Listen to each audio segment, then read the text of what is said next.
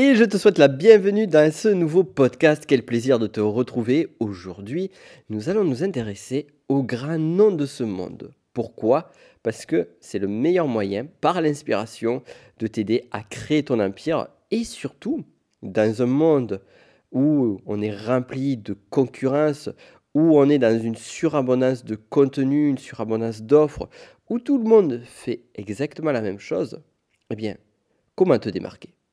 Comment te démarquer et faire un nom? Comment te démarquer et faire ton nom et faire en sorte, puisqu'on est sur business de la connaissance, de rendre ton entreprise bah, lucrative et surtout qu'elle crée des bases pour un beau succès à long terme. C'est donc le sujet du jour et je suis à Florence en Italie. Si tu as suivi mon Instagram, tu le sais. Et donc, qui dit Florence, qui dit Renaissance, qui dit passion à Nico, on dit que nous allons parler justement des personnages, des grands personnages de la Renaissance et nous allons voir les fameux 3 principes. Alors j'ai marqué 3 plus 1 parce que le 4e, c'est plus une vertu qui va être en lien avec ces 3 principes-là qui ont fait le nom de ces personnes. J'ai nommé Dante Alighieri, Leonardo da Vinci, Machiavelli, Niccolò Machiavelli, Galileo Galilei, Michelangelo Buonarroti, Botticelli, Brunelleschi, Cosimo de Medici, enfin bref, toute la famille Médicis et bien d'autres encore. Donc là, tu vois, je te les ai nommés à l'italienne, mais j'imagine que tu les as reconnus à la française. Rappelons-nous quand même d'une chose qui est quand même clé, c'est que les personnages que je viens de te citer ici sont des personnages qui ont vécu il y a environ 500 ans, voire un petit peu plus. Et aujourd'hui, on connaît encore ces noms. On regarde les tableaux de certains d'entre eux, Léonard de Vinci, Michel-Ange, Botticelli, Verrocchio et bien d'autres. On a de grandes innovations scientifiques, notamment avec les découvertes, ou du moins la mise en avant de ce qu'a fait Galilée. On a aussi d'autres encore lisent et étudient avec grande érudition les poèmes de Dante. Et la famille Médicis, forcément, même si tu ne sais pas forcément qui ils sont, tu connais leur histoire. Donc, toutes ces personnes-là, et bien d'autres encore, parce que là, on s'est focalisé sur la Renaissance, mais on peut aller beaucoup plus loin, ont 3 principes, ont mis en place 3 principes qui leur ont permis de se différencier des autres. Si je prends ne serait-ce que les peintres de l'époque, eh bien, il faut savoir qu'à l'époque de la Renaissance, il y avait énormément de peintres, tout particulièrement dans cette belle ville où je suis en train d'enregistrer le podcast, qui est Florence, qui était vraiment le berceau, la naissance, la capitale même, n'ayons pas peur de le dire, de la Renaissance. Alors, quels sont ces 3 points? Avant cela, pourquoi? Pourquoi mettre en application ces 3 points? Eh bien, c'était en discutant avec un ami, j'étais sur la place qui est juste à côté de la Galleria degli Uffizi, à Florence toujours, et devant moi se dressaient de nombreuses statues de ces grands noms. J'adore cette place, parce on va retrouver les statues, notamment de tous les noms que je t'ai cités là, mais pas seulement. Et ça m'a parlé parce que lorsque mon ami me parlait de sa problématique en question, j'ai eu une espèce de flash, une espèce de révélation, et je me suis dit, mais arrête de faire comme les autres. Arrête de faire comme la moyenne. La moyenne, excuse-moi l'expression, mais elle tend vers la médiocrité. On va revenir d'ailleurs sur ce mot de médiocrité un petit peu plus loin. Et pour pouvoir se démarquer, il faut viser l'excellence. D'ailleurs, ça, on va en reparler juste après. Donc de là, je me suis dit, qu'est-ce qui fait que ces personnes-là, que ces statues qui sont présentes devant moi, qu'est-ce qui fait que ces personnes ont leur statut alors que d'autres ne l'ont pas eu? N'y a-t-il pas un lien entre ce qu'ils ont fait eux et ce que l'on fait aujourd'hui dans notre monde actuel? Donc si aujourd'hui tu es embêté face à toute la concurrence qui est présente, si tu te rends compte que finalement tout le monde est plus ou moins fade, et au-delà de ça qu'il y a une surabondance véritable de contenu, eh bien sache une chose, c'est que c'est vrai, c'est une réalité. Tu peux pas savoir sur Instagram le nombre de personnes qui m'ajoutent qui a un compte Instagram avec des citations. Pourquoi? Parce que quelqu'un un jour a dit les citations ça marche. Sauf que ces comptes Instagram ne peuvent pas amener à un business pérenne. Peut-être qu'un ou deux, tu vas trouver quelques cas particuliers, mais ça restera vraiment des cas particuliers. Et c'est souvent des précurseurs. Donc là aussi, on va revenir sur ce point-là qui est lié. Donc on va se démarquer face à tout cela. Et en même temps, là, on a des principes qui marchent. Donc pourquoi ne pas les appliquer? Mais en même temps, si j'applique ces principes-là, eh bien, je me rends compte que finalement, eh bien, je vais être comme tout le monde. Et je ne vais pas être remarqué parce qu'il y en a qui font ça depuis 6 mois, 1 an, 2 ans, 3 ans, et qui ont des résultats qui sont largement supérieurs aux miens. Donc comment faire? Comment faire face à cela? Est-ce que les marchés sont complètement saturés? Il y a certains marchés qui le sont particulièrement. Tu vois, par exemple, moi, sur le business de la connaissance, je sais qu'il y a de nombreux acteurs, et tu les connais peut-être, tu as peut-être déjà vu, qui sont sur mes secteurs d'activité. Alors, comment est-ce que j'ai réussi à me différencier et comment j'ai réussi à faire ma plus-value qui fait que j'ai réussi à créer sur business de la connaissance un business rentable? En plus de mon autre business que tu connais qui est lié à l'énéagramme. Mais ça, c'est un autre sujet, quoi qu'on en parlera peut-être un peu. Donc voilà, tu vois que là, on a beaucoup de problématiques. Et en fait, sur toutes ces problématiques-là, on va trouver aujourd'hui sur ce podcast des réponses claires, nettes et précises. On va retrouver des réponses au travers de ces fameux 3 principes. Pourquoi? Parce que toutes les personnes qui ne performent pas ou qui sont moyens, et toute la concurrence, et surtout 95 voire 98-19% des personnes qui se lancent dans un business qui est le tien, quel que soit ton business, eh bien, vont tous faire la même chose et surtout ne pas mettre en place ça. Donc ce que je vais te dire là, si tu le mets en place, si tu le mets véritablement en place fortement, avec le travail nécessaire, ça on reviendra sur le 4e principe, la 4e vertu plutôt, eh bien, tu vas pouvoir vraiment faire une différence colossale. Alors, on rentre dans le détail. Là, maintenant qu'on a expliqué la problématique, allons voir le tout premier de ces principes. Le premier principe est qu'ils puisent tous leur savoir ailleurs. Oui, tous, absolument tous les noms que je t'ai cités là. Et là où ils puissent leur savoir, c'est tout particulièrement pour une majorité d'entre eux, l'Antiquité. Pourquoi? Parce que la Renaissance, donc ça c'est plus d'un point de vue historique, c'est la redécouverte de savoirs perdus, de savoirs et d'arts perdus à l'époque de l'Antiquité gréco-romaine. Quel est le lien avec justement notre actualité et le business en général? Eh bien, si tu regardes, tous les acteurs de ton métier vont prendre des sources actuelles. Absolument tous vont se référer sur ce qui est nouveau, sur ce qui est tendance. D'ailleurs, le mot nouveau, tu l'as peut-être déjà vu, tu as peut-être déjà succombé à ce mot-là, comme moi. La nouvelle méthode, la nouvelle technique, la nouvelle astuce, les nouveaux principes, et ainsi de suite. Sauf que nouveau ne veut pas forcément dire mieux. Loin de là. Et c'est très présomptueux de se dire que finalement, on est en train de tout réinventer aujourd'hui.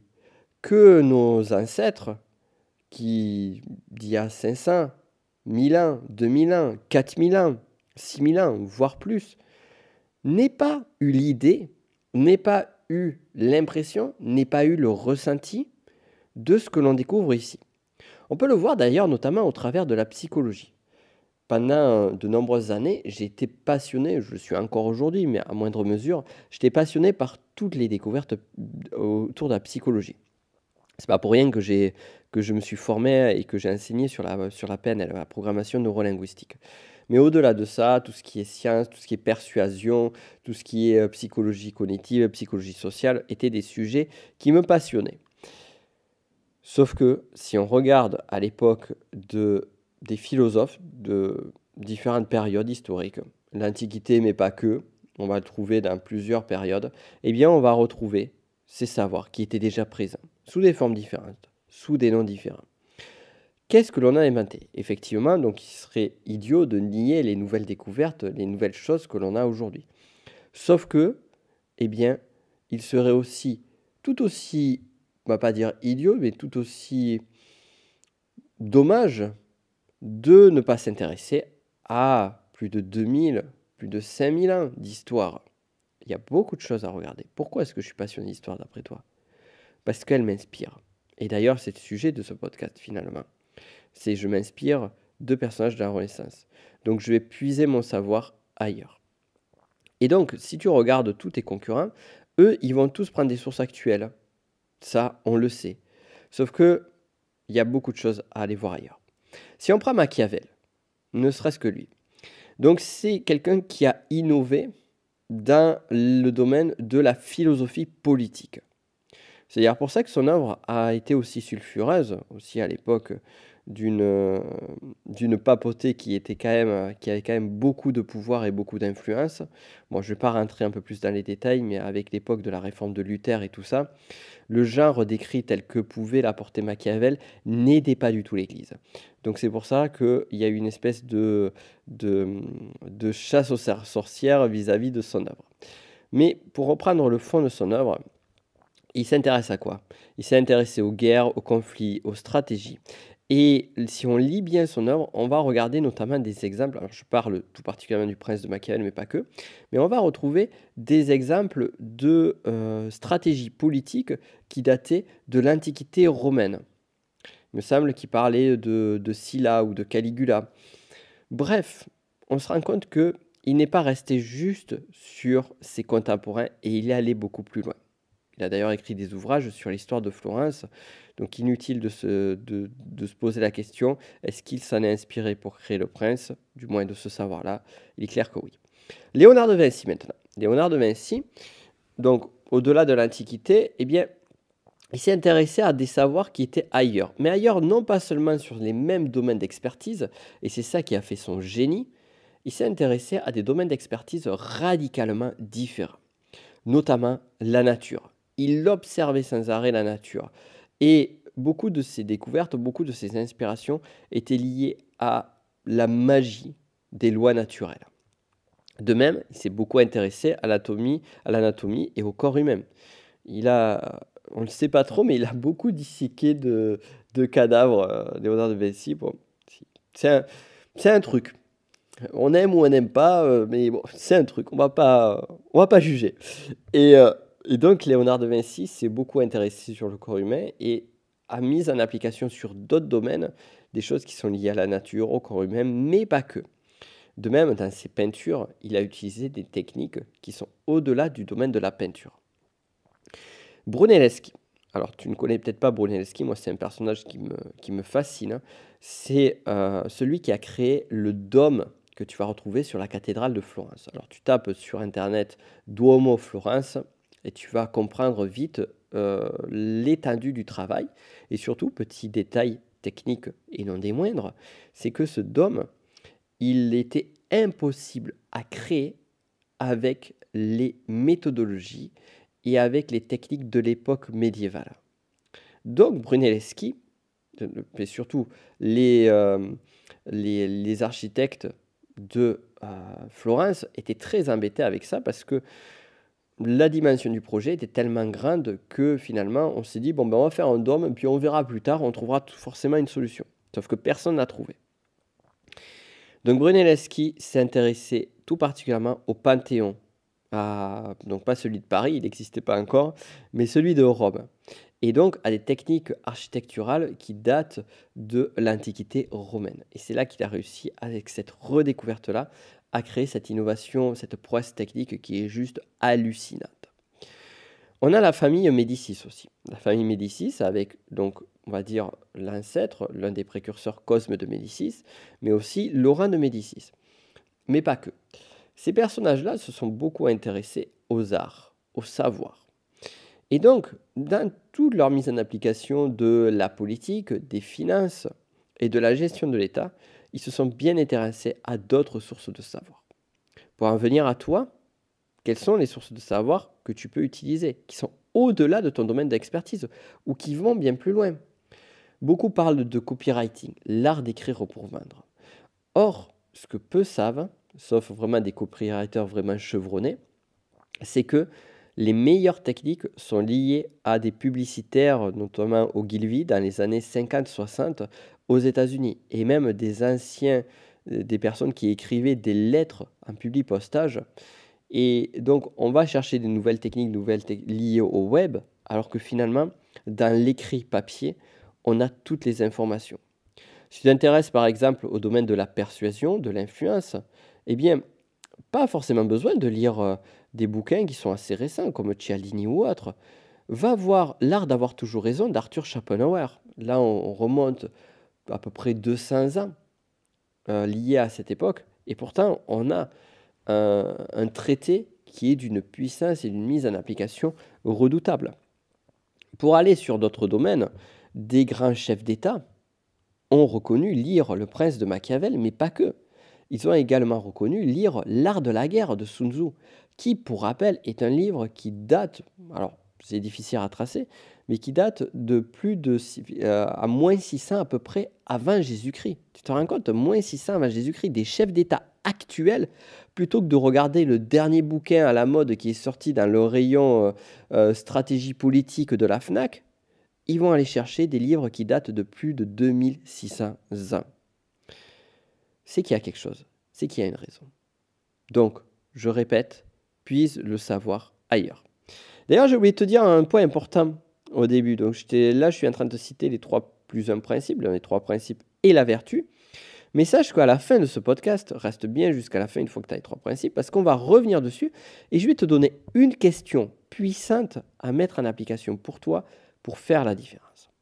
Allez, on passe à la suite et au principe numéro 2.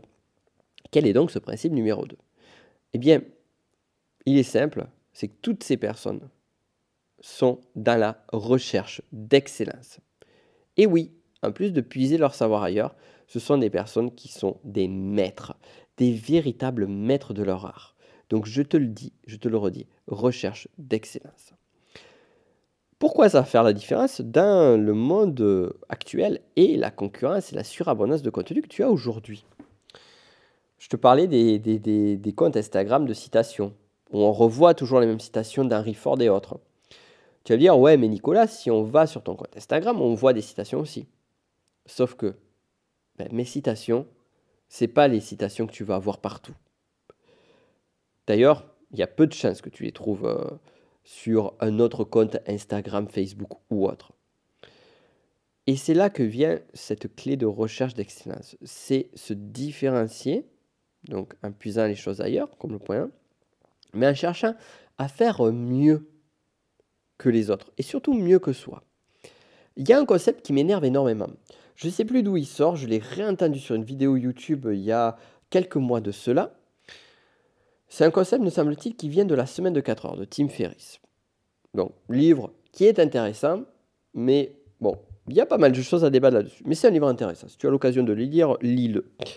Donc, j'avais lu ce livre il y a une dizaine d'années, et dedans, il me semble bien que c'est dans ce livre-là, il était dit « Lis 2 livres et tu en sauras plus que 98% de la population ». Et de là, j'en reviens à cette vidéo YouTube qui dit si tu veux vivre de ton activité, fais une formation en ligne sur un sujet que tu connais. Il suffit juste que tu aies lu 2 livres sur le sujet et puis tu en sauras plus que 98% de la population et tu pourras les aider. Sur le fond, c'est vrai. Tu en connaîtras 98% de plus que la population. Sur le fond, tu vas leur apporter des choses qu'ils ne connaissent pas. Sauf que pour moi, c'est jouer aux apprentis sorciers. Je le redis, c'est jouer aux apprentis sorciers. Et c'est une approche qui est plutôt inconsciente.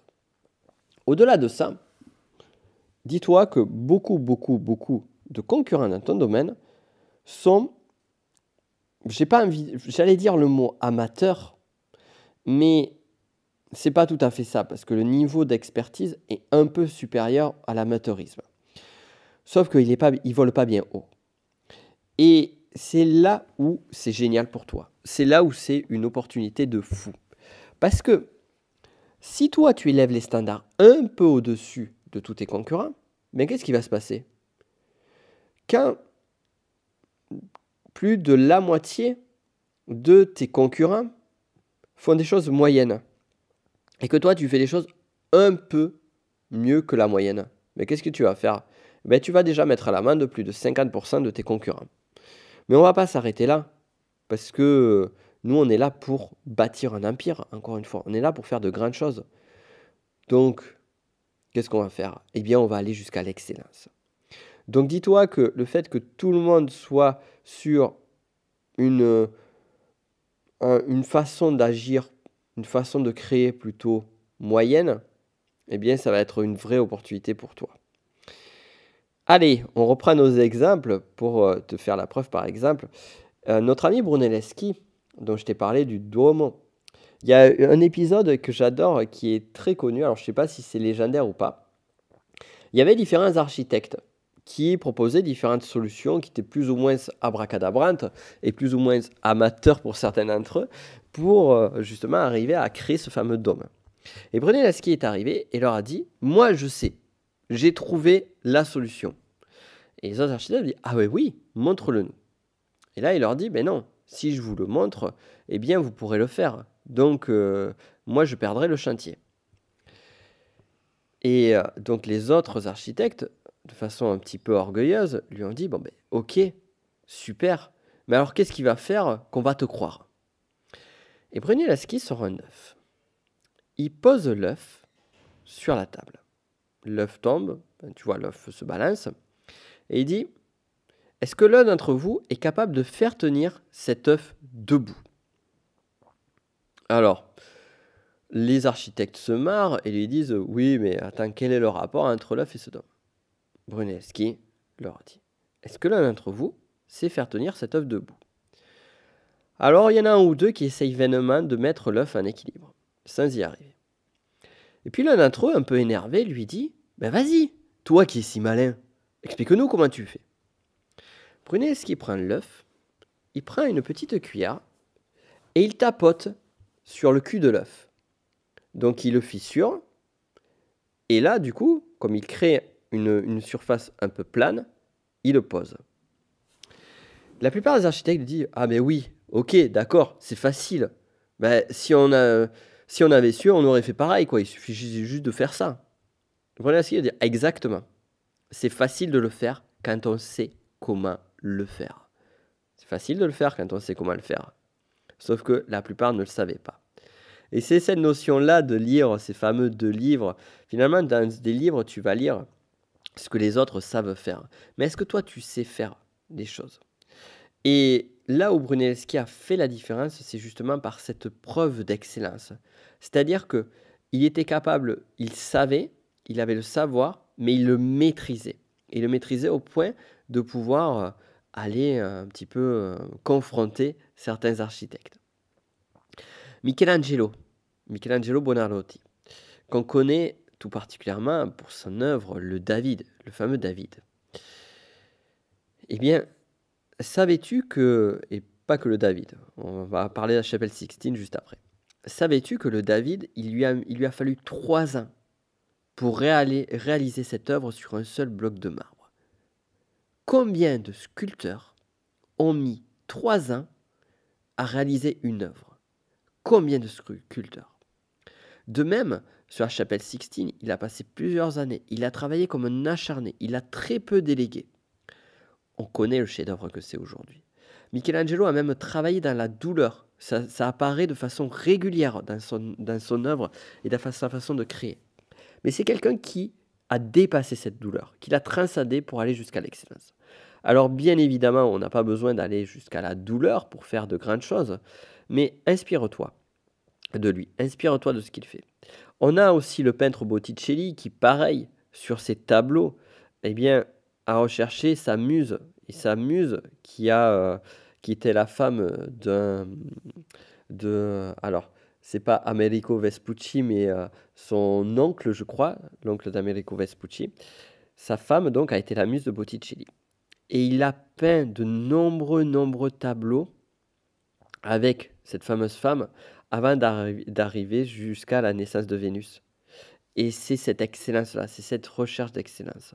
Tu dois rechercher l'excellence dans tout ce que tu fais. Tu dois rechercher l'excellence. Regarde la Joconde de Léonard de Vinci. Elle fait preuve d'excellence.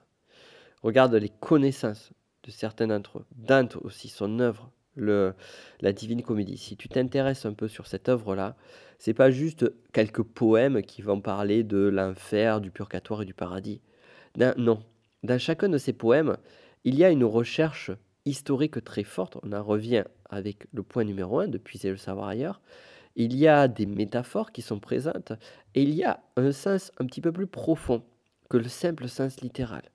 Que de travail créé, que d'efforts pour arriver à marquer l'histoire par une œuvre poétique qui est la référence en Italie. Un de mes films préférés, c'est Le Prince de Machiavelli, non pas Prince, Le Parrain de Mario Puzo. J'adore ce film. C'est même pas un de mes films, c'est mon film préféré. Et en fait, moi, ce que j'adore sur ce film-là, c'est les détails. Il y a énormément de détails. Ce qui fait que si tu le regardes plusieurs fois, le film Fight Club, c'est pareil. D'ailleurs, il fait partie aussi de mon panthéon. C'est des films, chaque fois que tu vas les revoir, tu vas avoir une lecture différente. Ou tu vas avoir des détails que tu n'avais jamais vus jusqu'alors.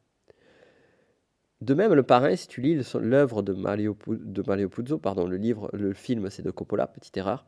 Si tu lis l'œuvre de Mario Puzo, tu te rendras compte qu'il y a des détails qui ont été mis dans le film qui sont inexplicables dans le film et qui pourtant trouvent tout leur sens dans l'œuvre de Coppola.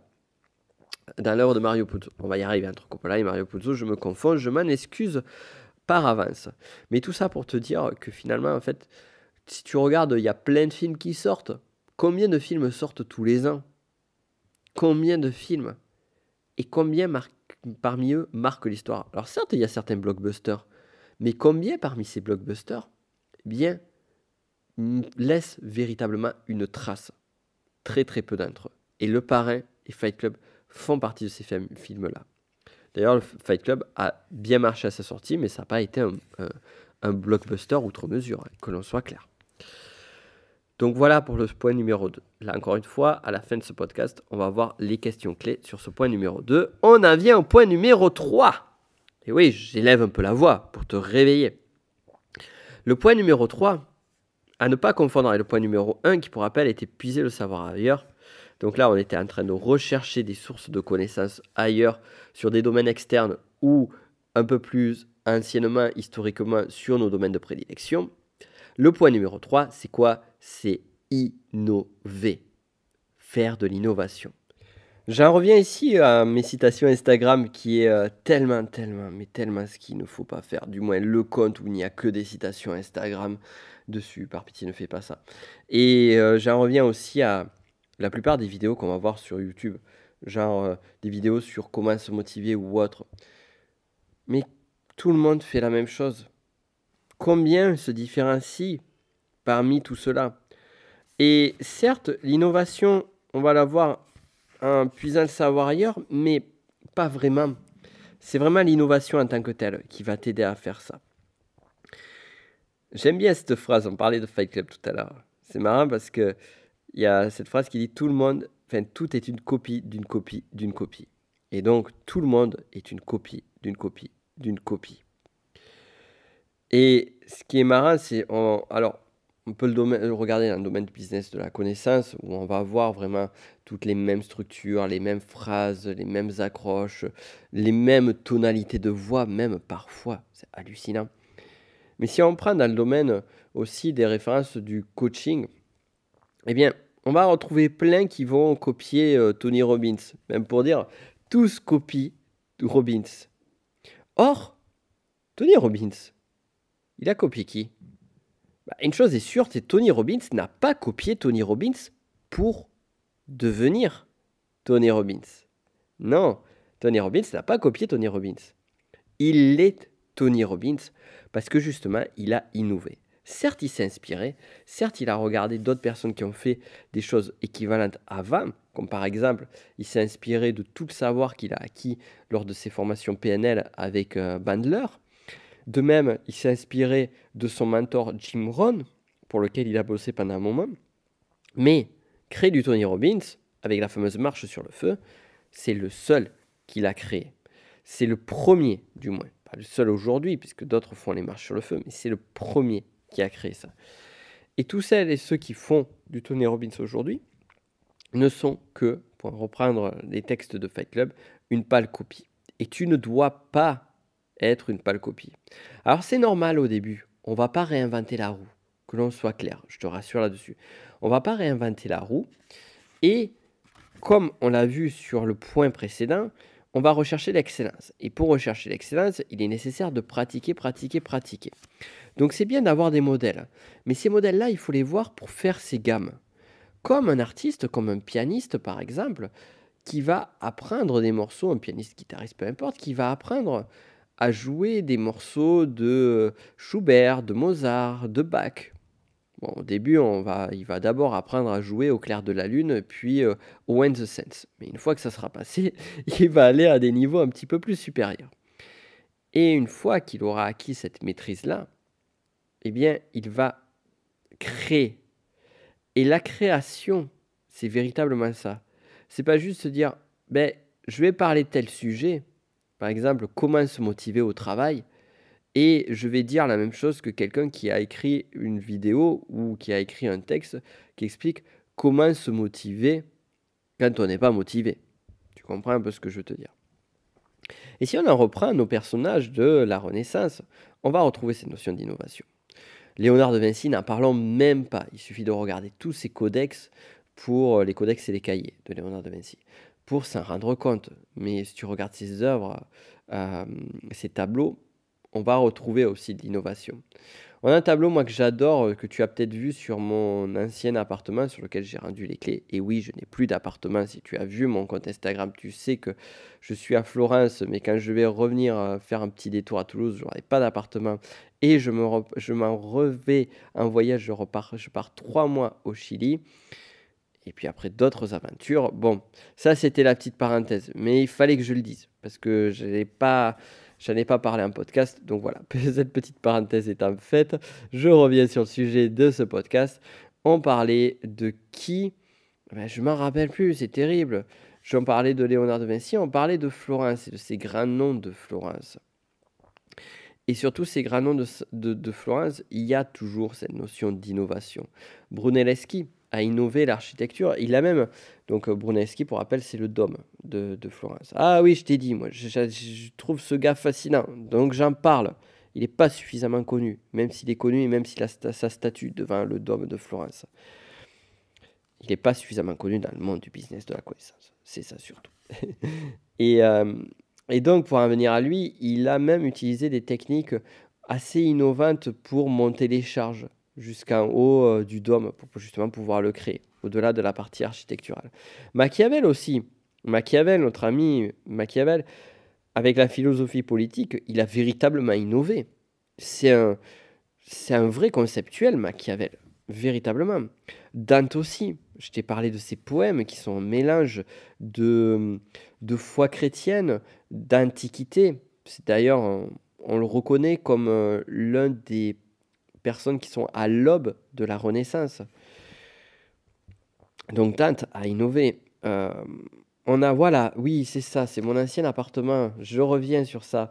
Sur mon ancien appartement, tu as pu voir, peut-être, il y avait des tableaux au mur, et notamment un tableau qui est celui de la cité idéale. Il y en a deux même, tableaux de cité idéale, qui sont bien évidemment des reproductions. Je n'ai pas l'original, j'aimerais bien, de la cité idéale, mais je crois que c'est un peu inaccessible.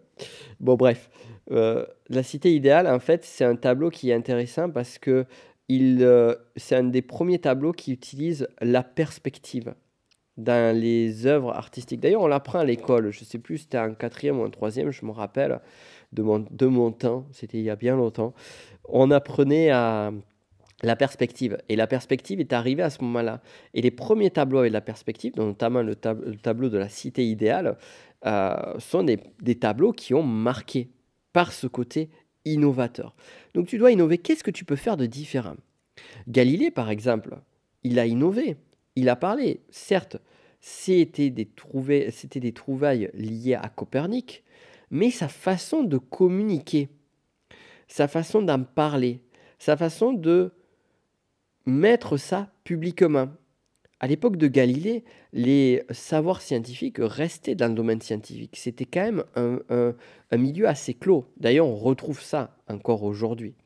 Et Galilée a amené ça publiquement. Alors, c'est pas ça qui a fait qu'il est devenu l'ennemi de l'Église. Ça, c'est un autre sujet. On ne va pas rentrer dans le détail ici.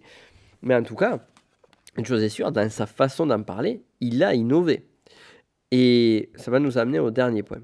Et les Médicis aussi. Les Médicis aussi, c'était des grands mécènes.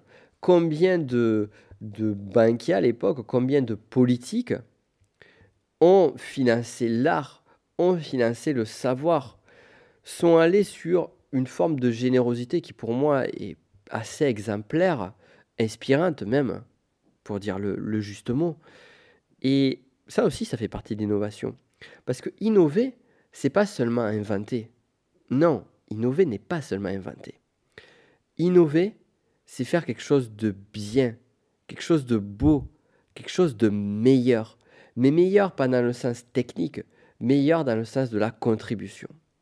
Donc là aussi, garde ceci en tête, l'innovation. Donc nous avons nos 3 principes, mais nous n'avons pas fini. Nous avons le premier principe qui est de puiser ton savoir ailleurs, le second principe de rechercher l'excellence, et le troisième principe d'innover.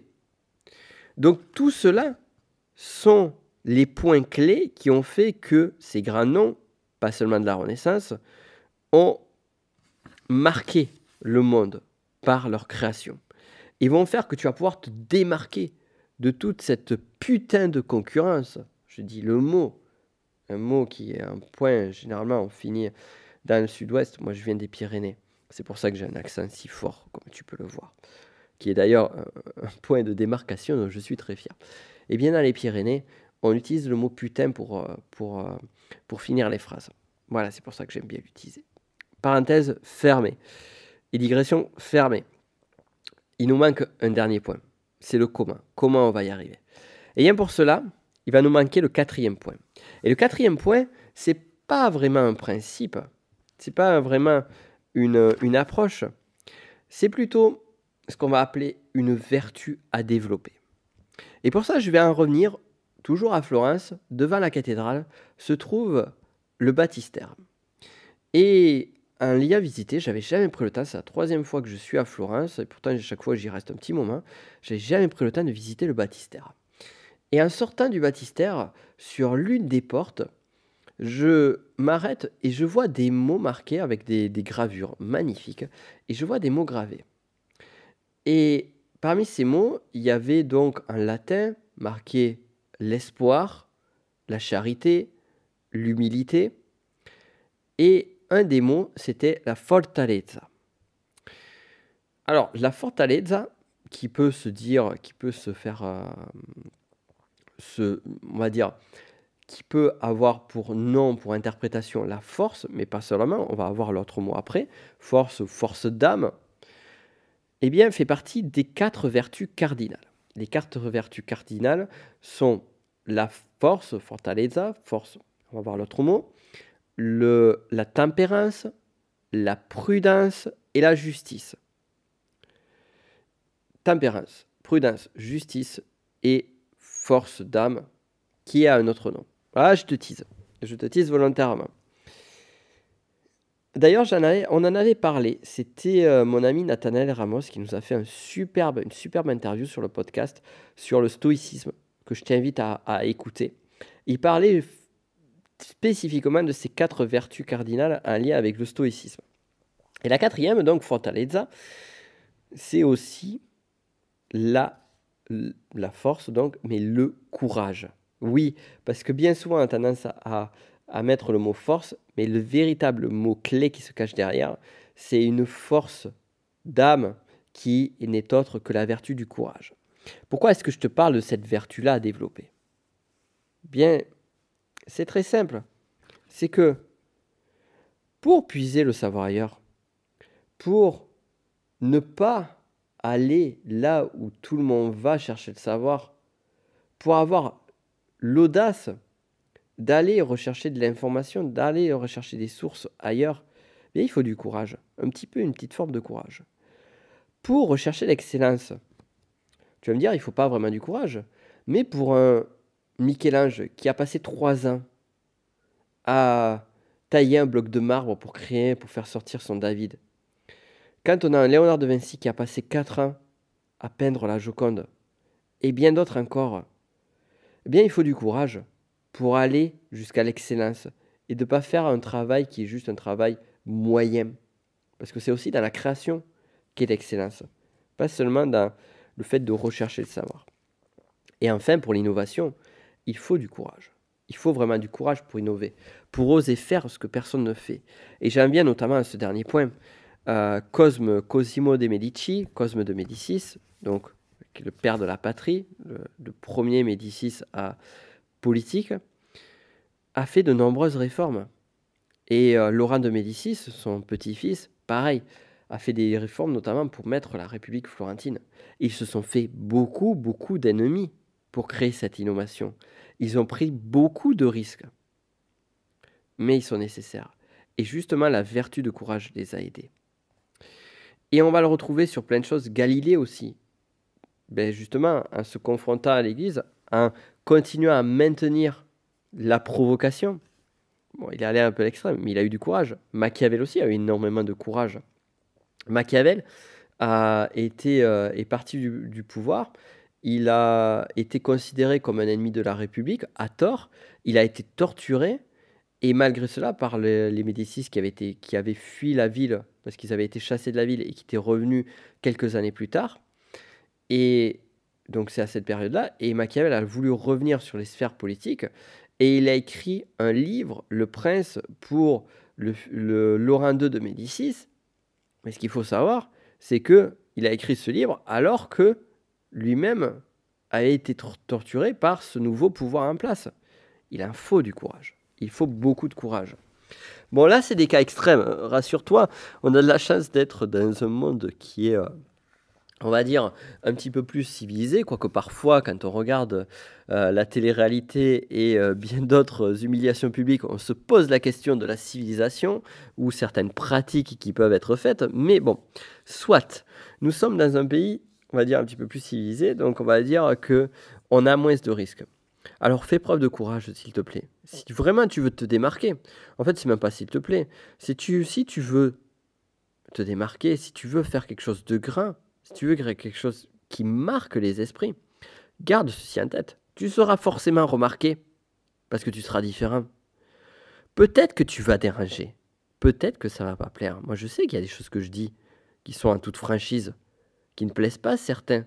On me l'a dit, d'ailleurs. J'ai eu des retours comme ça. Mais c'est nécessaire pour sortir du statu quo. Et c'est cette preuve de courage qui va te permettre de créer de grandes choses, de belles choses, et de créer une activité qui sera florissante, non pas seulement sur 1 mois, 2 mois, 6 mois, 1 an, mais sur du long terme. Marquer, bâtir ton empire. Alors on n'a pas fini. Non, parce que tu le sais, je t'ai dit qu'à la fin, j'allais te donner 4 points, 4 questions clés qui vont t'aider à développer ça. Parce que moi, le pire de tout pour moi, ce podcast serait gâché pour une seule et unique raison. Il serait gâché si, au-delà de tout le temps que je t'ai accordé, au-delà de tout le temps de travail que j'ai fait, puisqu'on parlait d'excellence, que j'ai fait à faire les recherches pour créer ce podcast, au-delà de tout le temps que j'ai investi, toute l'énergie que j'ai investie à le faire, purement et simplement, eh bien ce podcast serait véritablement gâché si tu ne mettais pas en application ne serait-ce qu'une petite chose là-dessus. Si tu ne donnais pas la bonne parole, en justement faisant perdurer ce travail-là et faire perdurer ces grands principes-là. Donc, de 2 façons. La première, en parlant. La première, en disant, tu sais quoi, j'ai écouté un podcast de Nico sur Business à la connaissance, j'ai appris ça et ça. Tu vois, franchement, je le faisais pas avant, ou je le faisais et je vois que tu ne le fais pas, ça pourrait t'aider. Ou écoute le podcast, ça peut t'aider. Donc, tu vois, en partageant ce podcast, en parlant, mais en parlant des choses que tu viens d'apprendre avec moi, ça pourra aider. Tu vois, viraliser des conseils qui sont des conseils qualitatifs. Et le second point, qui est pour moi tout aussi important que le premier, si ce n'est plus, c'est quoi de mieux que de montrer l'exemple? Quoi de mieux que de faire ce que tu viens d'apprendre? Et comment? En mettant en application. Purement et simplement. Mettre en application les conseils en question. Et pour cela, je vais t'inviter donc à ces fameuses 4 questions qui reprennent les 4 points. Donc le premier point, on a vu puiser le savoir ailleurs. La question à laquelle j'aimerais que tu répondes maintenant et mettre en application, c'est où vas-tu puiser ce savoir? Pour cela, quels sont tes domaines de passion? Qu'est-ce qui te plaît? Qu'est-ce qui t'inspire? Ou est-ce qu'il n'y a pas d'autres endroits où tu peux chercher?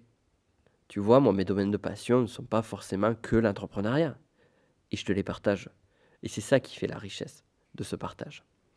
Second point, seconde question, on a vu l'expertise. La question est simple. Comment peux-tu t'améliorer? Que peux-tu faire pour t'améliorer? Là, aujourd'hui, demain, qu'est-ce que tu peux faire pour t'améliorer? Qu'est-ce que tu peux faire pour viser toujours un peu plus d'excellence? Tu n'as pas besoin de faire des choses qui soient d'augmenter ton niveau d'excellence de 200%. Si tu l'augmentes ne serait-ce que de 5% demain et que après-demain tu l'augmentes encore de 5% et ainsi aussi de façon progressive, tu vas arriver jusqu'à un niveau d'excellence mais juste incroyable. Donc ça c'est le second point. Le troisième point, on a parlé d'innovation. Eh bien, la question, comment vas-tu innover?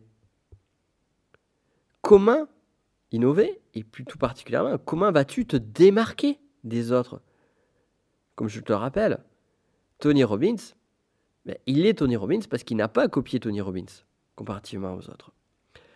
Comment vas-tu te démarquer ou innover? Qu'est-ce que tu pourrais faire? Et pour l'innovation, rappelle-toi ce que je t'ai dit en amont. L'innovation, c'est pas seulement faire quelque chose de différent, c'est faire quelque chose de mieux, de meilleur dans le sens de meilleur, dans le sens du bien pour tout le monde. Et enfin, la quatrième question qui est liée à la vertu du courage, cette vertu cardinale, c'est qu'attends-tu pour bâtir ton empire? Ah oui, je te pose la question. Qu'attends-tu pour bâtir ton empire? Voilà. Là, tu as tout ce qu'il faut pour réussir. Si tu veux aller plus loin avec moi, abonne-toi à ce podcast. J'imagine que c'est fait. Partage-le. J'ai aussi d'autres conseils par mail qui sont tout aussi qualitatifs. Je t'invite à les suivre. Tu as le lien qui est juste dans la description. Tu ne vas pas le rater.